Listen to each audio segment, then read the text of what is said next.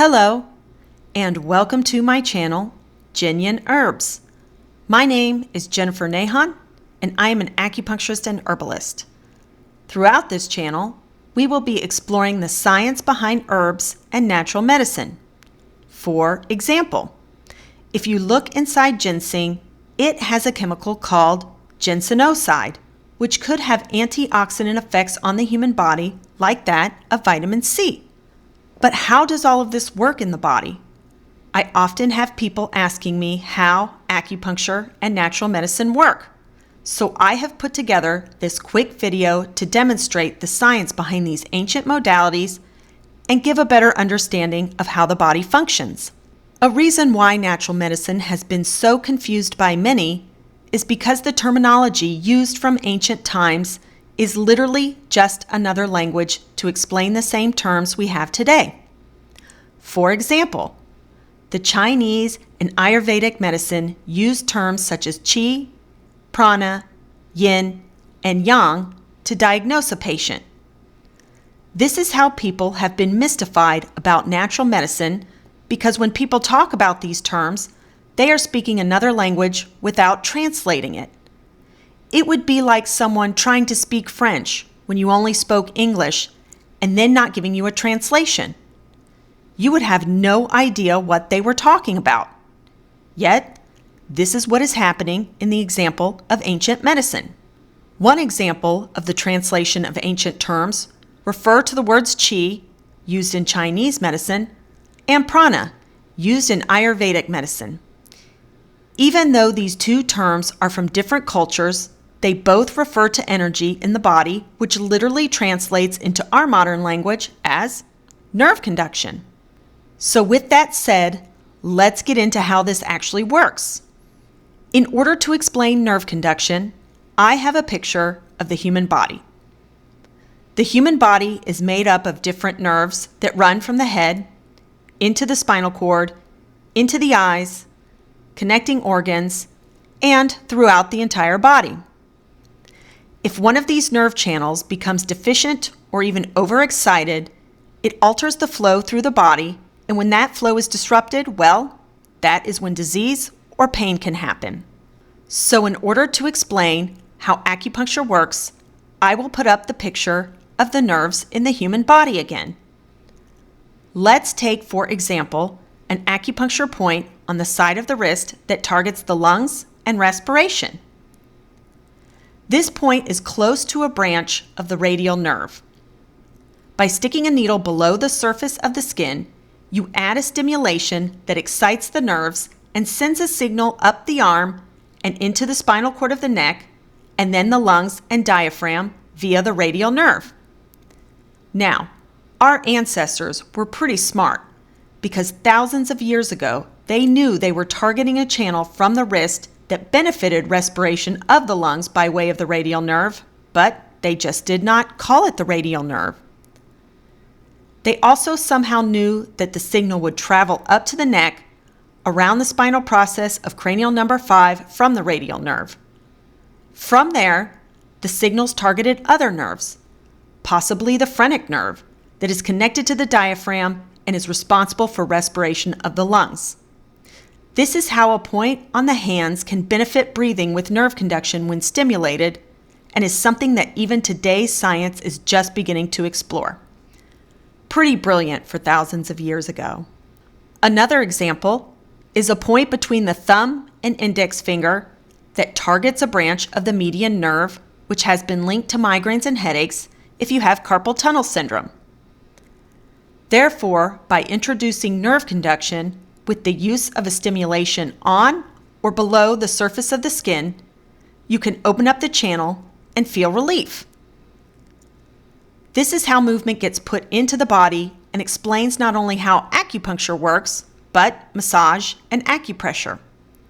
You are just sending signals to generate nerve conduction into the body. This also explains how the body acts as a whole and how distal points help other parts of the body. One more example is a point on the ankle that targets the tibial nerve. This point is gaining popularity in conventional medicine and is being stimulated to treat an overactive bladder. Seeing as how the bladder and kidneys are connected, this point can also affect and send stimulation to the kidneys. You can think of the concept of acupuncture or stimulation on the skin like that of still water, and how when you put an object in still water, waves go out. Acupuncture, massage, and acupressure act on somewhat of the same premise in that you are sending waves of nerve conduction through the body.